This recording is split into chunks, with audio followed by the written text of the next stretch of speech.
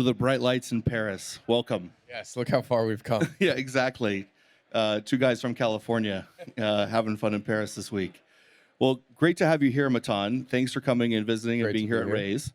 And, I think it would be awesome maybe to start for a minute and clarify your nationality, given everybody thinks you're default French, and maybe share just a minute on yourself and share what is Factory. Yeah, so I'm Matan Grinberg. I was born and raised in California, and I'm the CEO at Factory. A bit about myself. So prior to Factory, I was a theoretical physicist, in particular doing string theory and quantum gravity, which has very little to do with AI and B2B SaaS and that sort of thing. After a decade of physics, I ended up switching over into AI research, and in particular code generation. Really fell in love with that. Realized, the way you solve code generation is not in academia, but in the industry. And so dropped out of the PhD, raised money and started Factory with the mission to bring autonomy to software engineering. And what that means more concretely at a high level is just automate the things that engineers don't want to do. Mm-hmm. Turns out there are a lot of things that engineers don't want to do. Yep. And in doing so, we allow every engineer to be kind of higher leverage, move the needle for their business, focus on the things that are like the interesting systems problems that are the reason they got into engineering in the first place. Yeah. Instead of, some of the grunt work that they have to do, but not, in an ideal world.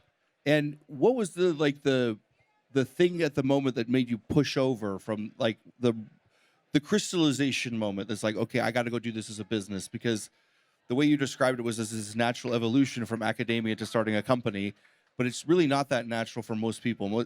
Usually something has to happen that hits them, or they see something or a spark hits.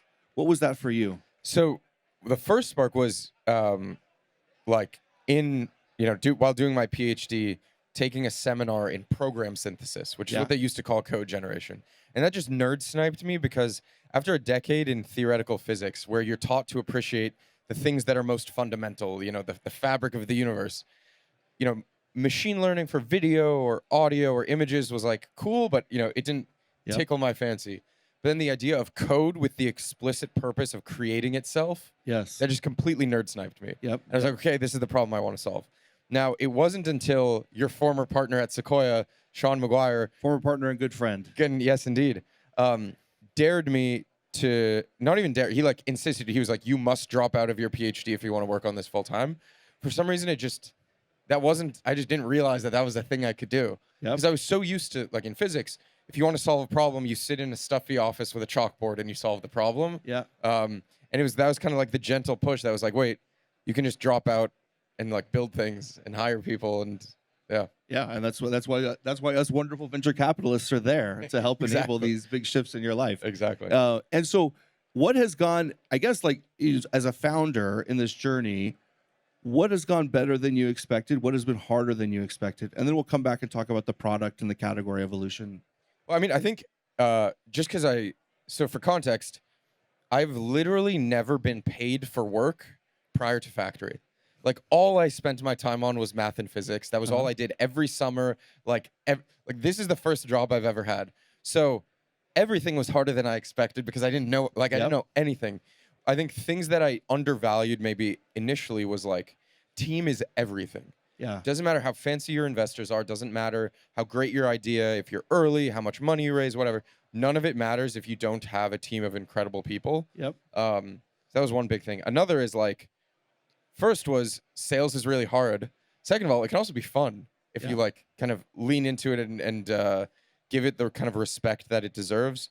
And I guess more importantly, now that we're 3.5 years in, I think the first 2 years of Factory, we were focused on building fully autonomous agents. But that was in 2023, when the world was absolutely not ready for fully autonomous agents. And I think a lesson that we learned is that being early is the same as being wrong. It does not matter. You do not get a consolation prize for being early.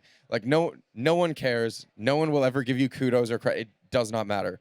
And I think for us, it actually ended up being a blessing in disguise, because it allowed us to build kind of this early team. Even for myself, I didn't know what the hell I was doing. Mm-hmm. If we weren't early, that would have been a problem, because I would not have been in a kind of good position. Yep.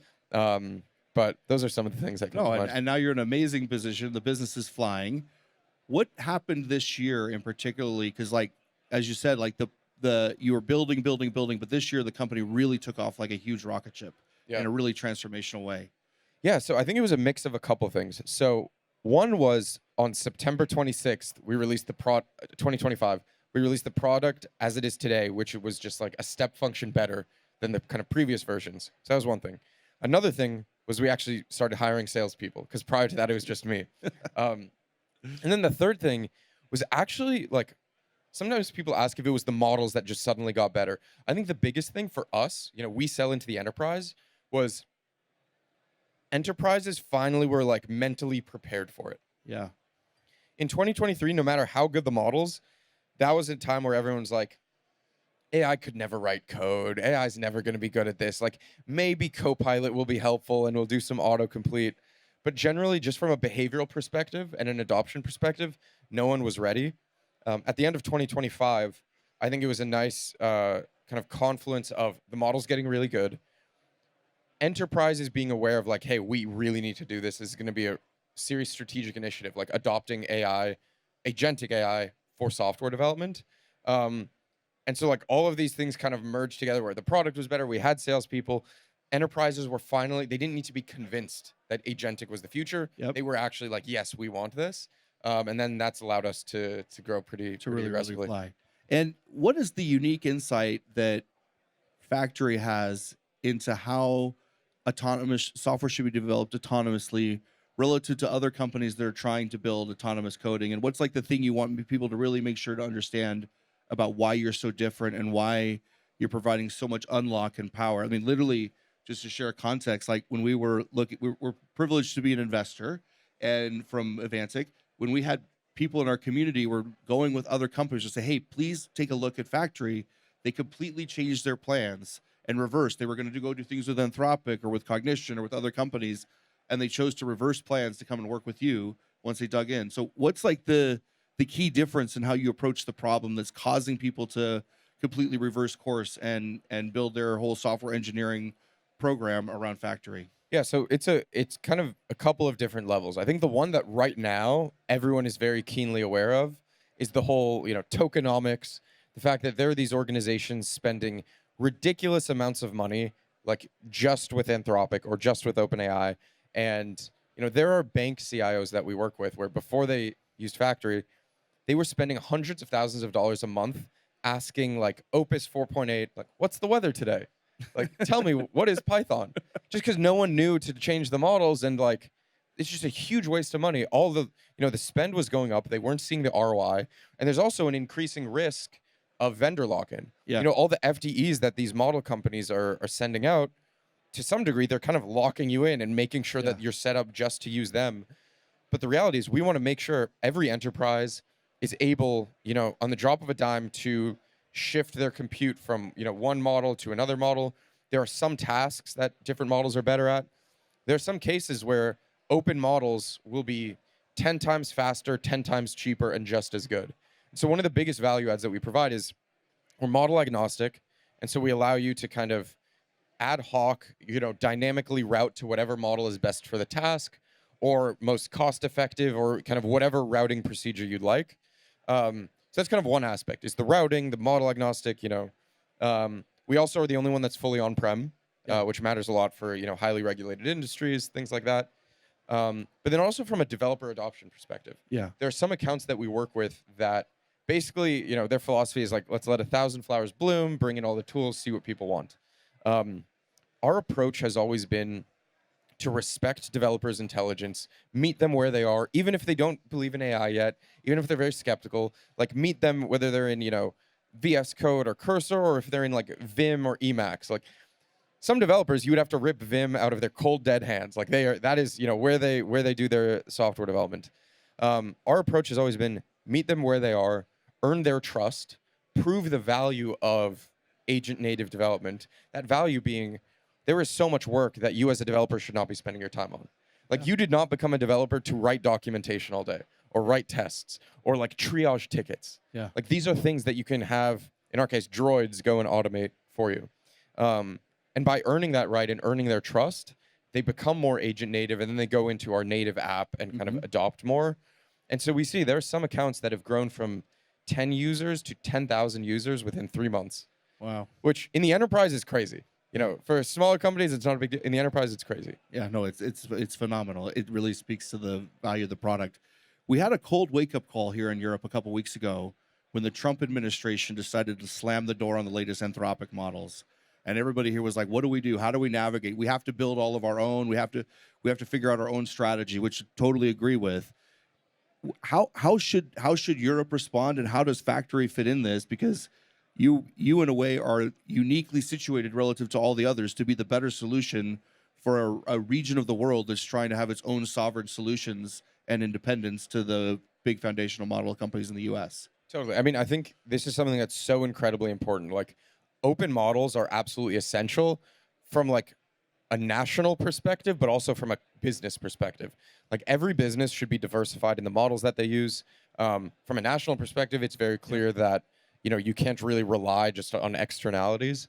And this is why we've built Factory, to kind of support that sovereign deployment where we can be in, like, you can bring your own model, bring your own cloud, bring your own machine. We can deploy fully on-prem, because we want to make sure, like, you know, these models are very powerful. You want to make sure that you're not kind of imbuing too much of that power in just a handful of providers or of nations who determined how much access you can get. Yep.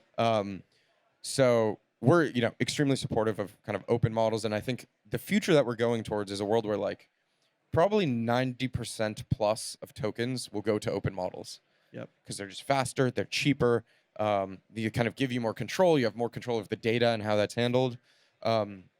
I think 10%, there's still going to be a value in using some of the frontier models. Yeah. But I think they're going to shrink in terms of token share. How would people start with you? So say somebody here is interested, clearly they can reach out, but give an example of a company, how they began the journey, like maybe a click deeper than we just covered, of where, what was the project they went after? How did they get their team situated around it? How do they set themselves up to go to 10,000 in 3 months? Yeah. So it kind of depends on, like, where on the spectrum of, you know, enormous company versus like solo developer you are.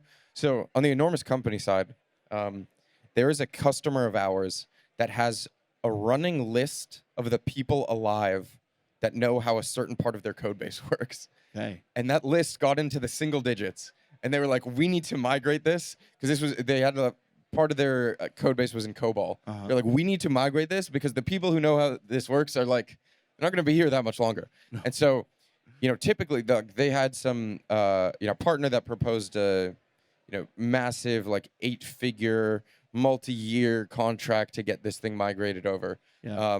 And this is something that for them, you know, we deployed some forward deployed engineers, and we worked closely kind of helping enable their engineers to do this migration in a matter of months instead of years. That's one example on the, like, extreme end. The other side, in the more like kind of startup or like growth stage company, is we have a bunch of people who are just ripping Opus nonstop. They don't need to do it. They're like vibe coding dashboards. Like, we need to kind of clamp down on spend, especially because we want, like, non-engineers to be using this, but we also don't want to be breaking the bank. And so in that case, we just deploy, and they sign up on our, you know, self-serve, and then whatever, we bring them up to the enterprise plan, just for the factory router, which allows them to say, basically, you know, for the engineering team, they get these token limits, you know, they can kind of pick. For, I don't know, maybe the ops team, let's dynamically route them to the open models when they're making dashboards. Yeah. Or you could even go as granular as, like, when Matt is using tokens, he's very inefficient.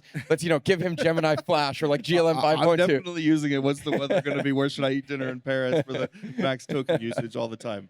So where have you seen people go astray in their journey towards automating their software? Probably not, obviously not with Factory, obviously with the competitors, but where are the common pitfalls people are making mistakes as they're trying to adopt autonomous engineering? So one, which is somewhat counterintuitive, is like being too careful.